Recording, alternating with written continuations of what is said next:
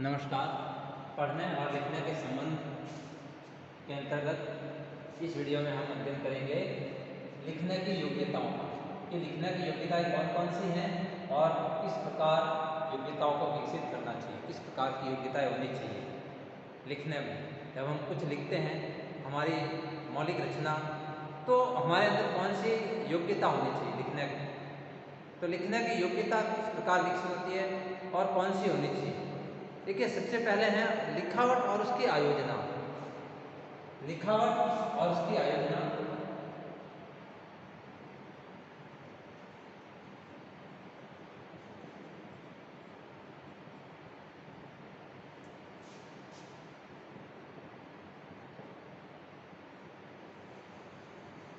यानी जो लिखावट है वो और उसकी आयोजना किस प्रकार हो, किस प्रकार उसको लिखना है,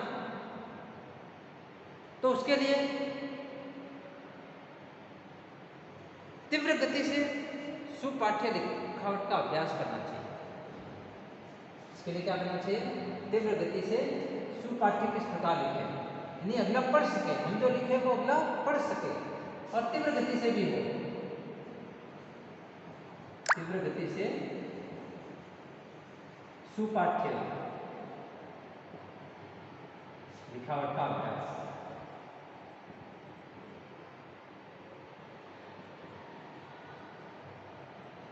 का बहुत आवश्यक है। तीव्र गति से भी लिखे और अगला पढ़ सके लिखा हुआ।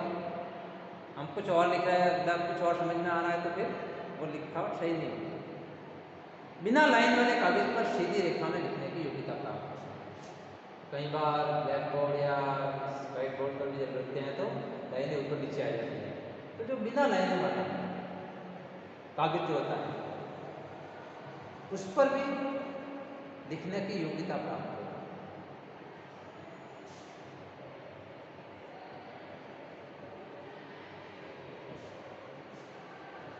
बिना लाइन वाले कागज पर लिखने की योग्यता प्राप्त है।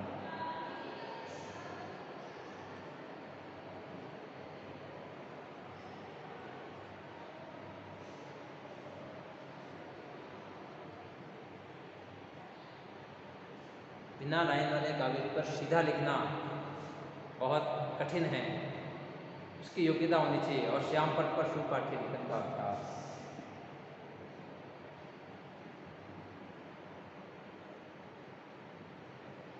श्याम पट पर सुपाठ्य लेखन का अभ्यास।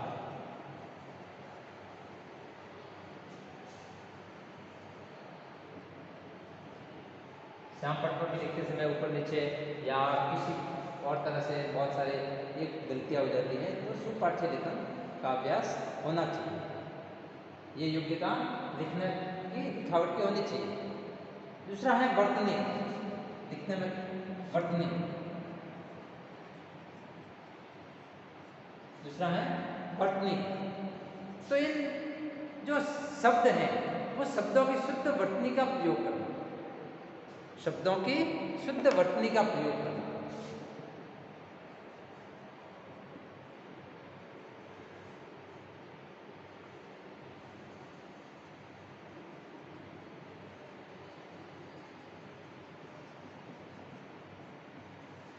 जो लिखते हैं उसकी शुद्ध वर्तनी होनी, वर्तनी शुद्ध होनी चाहिए, मात्राएं शुद्ध होनी चाहिए। जैसे र और उसकी मात्राएं, कौन सा र जब कब आधा होगा तो ऊपर जाएगा, कब आधा होगा तो नीचे जाएगा, आगे वाले के नीचे जाएगा या पीछे वाले के नीचे जाएगा, ऊपर कब जाएगा, र की मात्राएं किस प्रकार लगेगी, ये भी बहुत मुश्किल है। और इसी के साथ साथ अनुनासिक और अनुस्वार जो होते हैं उनकी वर्तनी भी सही करना। यानी वर्तनी वाले उनके वर्तनी सही जगह पर सही उपयोग की जाए, अन्यथा अर्थ का अनर्थ हो सकता है।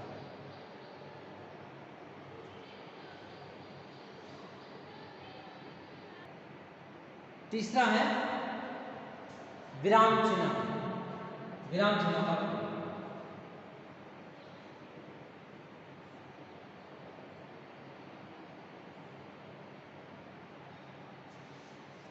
विराम चिन्ह, विराम चिन्हों का प्रयोग किस प्रकार होना चाहिए? तो सभी विराम चिन्हों का उचित प्रयोग करना सीखना, सभी विराम चिन्हों का उचित प्रयोग करना सीखना, उचित प्रयोग आना चाहिए। कहाँ पर अर्धविराम आएगा, कहाँ पर पूर्ण विराम आएगा, कहाँ पर इन्वर्टेड कॉमा जाएंगे, ये सारे बहुत ही आवश्यक हैं लेखन कौशल में। इसी प्रकार से अनुच्छेद लेखन की योग्यता होनी चाहिए। अनुच्छेद लेखन की, इसमें अपन क्या देते हैं? विराम चिन्ह, अर्धविराम, पूर्ण विराम, कॉमा आदि। और अनुच्छेद लेखन की योग्यता,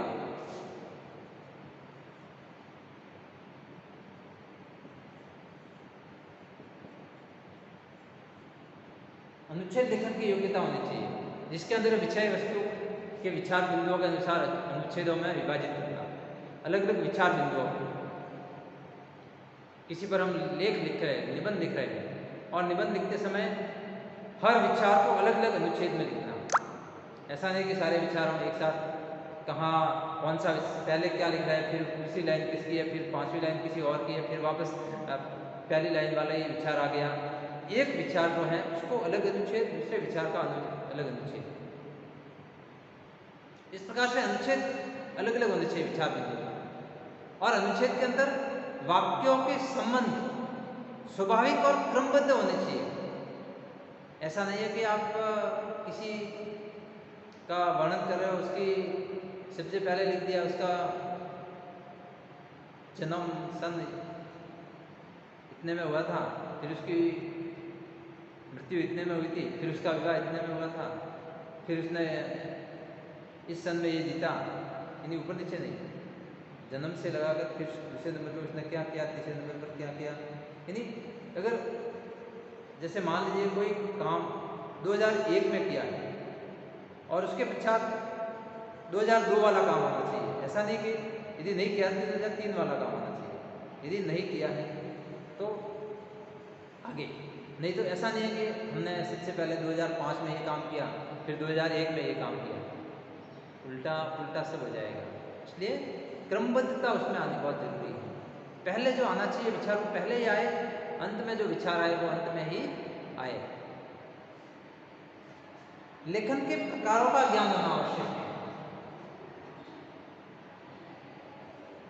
लेखन के प्रकारों का ज्ञान होना आवश्यक है।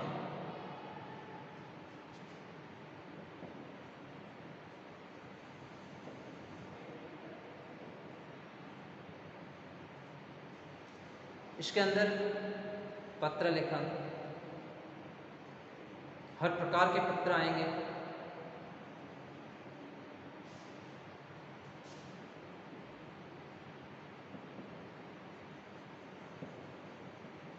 जिसमें सारे पत्र आएंगे, व्यक्तिगत पत्र हैं, आवेदन पत्र हैं, अभिनंदन पत्र हैं, निमंत्रण पत्र हैं, बधाई पत्र हैं, विदाई पत्र हैं, विरोध पत्र हैं, व्यवसायिक पत्र हैं,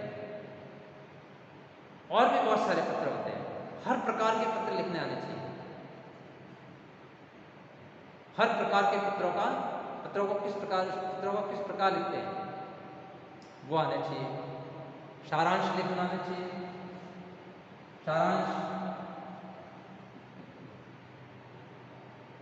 सारांश को किस प्रकार लिखते हैं, सारांश लेखन बहुत ही आवश्यक है।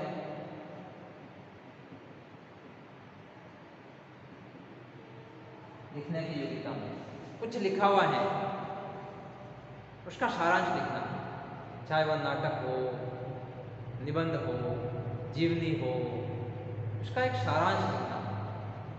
वो किस प्रकार लिखते हैं, वो सारांश लिखना आना बहुत आवश्यक है लेखन कौशल।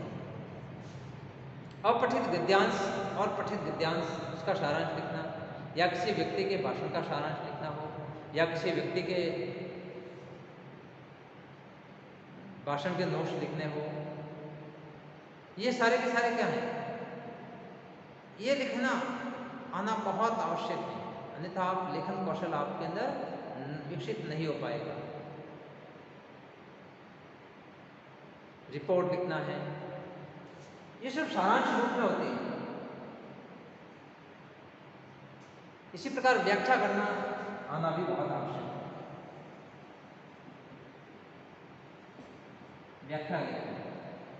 व्याख्या प्रसंग और संदर्भ बताते हुए व्याख्या लिखना, और पठित गद्यांश या पद्यांश हो उसकी व्याख्या किस प्रकार लिखते हैं, और अपठित गद्यांश या पद्यांश की व्याख्या किस प्रकार लिखते हैं, वो ज्ञान होना बहुत आवश्यक है। वो ज्ञान होना बहुत ही आवश्यक है लिखते समय। इसी के साथ साथ निबंध लेखन,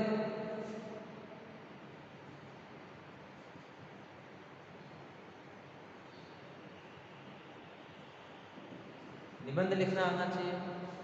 निबंध आंखों देखी घटना का वर्णन है, किसी इमारत का वर्णन है, सजीव रूप में किस प्रकार लिखते हैं। सजीव रूप यानी हमें ये लगना चाहिए, पढ़ने वाले को ये लगना चाहिए कि जो लिखा हुआ है, जब वो लिखकर जो लिखा हुआ है वो वैसा का वैसा होना चाहिए जैसा वो है। हमारे उनके पढ़ने वाले के आंखों के सामने वो दृश्य उत्पन्न होने चाहिए, इस प्रकार का लिखना। और इसी के साथ साथ घटना के कारण और उसका निष्कर्ष लिखना, घटना के कारण और उसके निष्कर्ष लिखने भी आने चाहिए, उसमें भी कौशल विकसित होना चाहिए। कहानी, एकांकी, जीवनी लेखन, कहानी, एकांकी, जीवनी आदि का लेखन भी लिखना आना चाहिए। कहानी दिए हुए शीर्षक पर आधारित कोई कहानी, अधूरी कहानी को पूरा करो। कहानी को दृश्यों में विभाजित किस प्रकार करते हैं, संवाद के रूप में किस प्रकार प्रस्तुत करते हैं, नाटक को संवाद के रूप में, जो संवाद का है नाटक उसको वर्णनात्मक रूप में किस प्रकार लिखते हैं, और आत्मकथा या जीवनी लेखन, इसमें भी कुशलता हासिल होनी चाहिए। इसी प्रकार से बहुत सारे जो मौलिक लेखन हैं उसमें भी कुशलता हासिल होनी चाहिए। मौलिक लेखन इन्हीं जो खुद लिखते हैं, जैसे पत्रकार हैं, पत्रकारिता, उसके अंदर आप विद्यालय में एक पत्रिकाओं के लिए लेख लिख सकते हो, कथा के हस्तलिखित पत्रिका में, कक्षा विद्यालय में उससे संबंधित समस्याओं का लिख सकते हो और टिप्पणी कर सकते हो। पत्र पत्रिकाओं के लिए विशेष रूप से जो बालकों के लिए निकलती हैं उसके लिए उसमें लिखना, शाला की पत्र पत्रिकाओं में संवाददाता के रूप में लिखना, ये सब बहुत ही आवश्यक है आने के लिए, लेखन कौशल के लिए। लेखन कौशल के लिए सब बहुत ही आवश्यक है। सामाजिक विषयों पर वर्णनात्मक निबंध लिखना और अपनी अनुभूतियों का साहित्यिक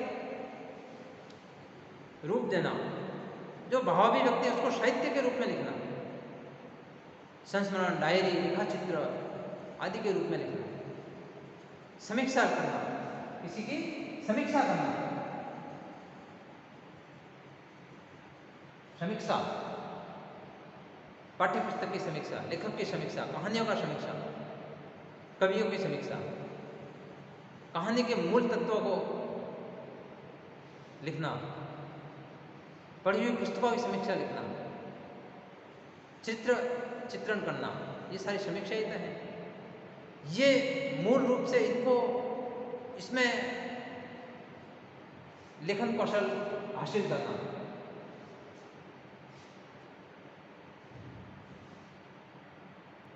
और इसी के साथ साथ मुख्य रूप से भाषा का क्या, व्याकरण सम्मत भाषा का ज्ञान।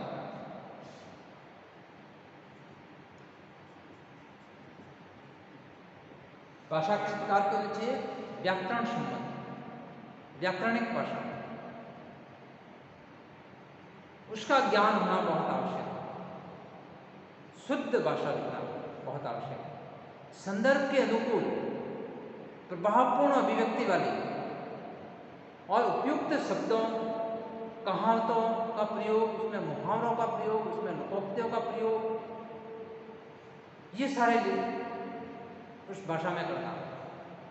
इसी के साथ साथ आवश्यक शब्द चित्रों का प्रयोग, दृष्टांतों का प्रयोग, उदाहरणों का प्रयोग, उद्धरण का प्रयोग, ये सारे भाषा को सशक्त बनाने के माध्यम हैं और इससे भाषा सशक्त बनेगी। ये लिखना आना बहुत आवश्यक है। इसी से लेखन कौशल में वृद्धि होगी और उनको एक व्याकरण सम्मत भाषा बनाते हुए लिखना। तो इस प्रकार हम कह सकते हैं कि लिखने की योग्यता में लिखावट शुद्ध होनी चाहिए, सुपाठ्य होनी चाहिए, बिना लाइन वाले कागज पर भी साफ साफ लिखा होना चाहिए, श्यामपट पर सही लिखा होना चाहिए। वर्तनी के अंदर हम कह सकते हैं कि वर्तनी की शुद्धि नहीं होनी चाहिए। विशेष रूप से जो र की शुद्धियाँ बहुत ज़्यादा होती हैं, वो विराम चिन्ह सही जगह प्रयोग करने, विराम चिन्हों का सही जगह किस प्रकार, कौन से विराम चिन्ह का कहाँ प्रयोग करना। यदि हम आगे पीछे कर लिया विराम चिन्ह का प्रयोग तो उलट पुलट हो जाएगा उसका अर्थ। इसी प्रकार से अनुच्छेद लिखना, अनुच्छेद लिखने की योग्यता विकसित होना। अनुच्छेद, और अनुच्छेद के अंदर हम कह सकते हैं कि विषय वस्तु के जो विचार बिंदु हैं उसके अनुसार अनुच्छेदों को विभाजित करके लेखबद्ध करना उनको, और हर विचार बिंदु को, हर आपका जो विचार बिंदु है, आपका जो विचार बिंदु नया अनुच्छेद उसका बनना चाहिए। एक विचार बिंदु है उसका एक, दूसरा का दूसरा अनुच्छेद, सब मिक्स नहीं होना चाहिए, सब मिक्स नहीं होना चाहिए, संदर्भ के अनुकूल। और अनुच्छेदों के जो वाक्य हैं, अनुच्छेदों के जो वाक्य हैं उनके संबंध और स्वाभाविक क्रमबद्धता उसमें होनी चाहिए।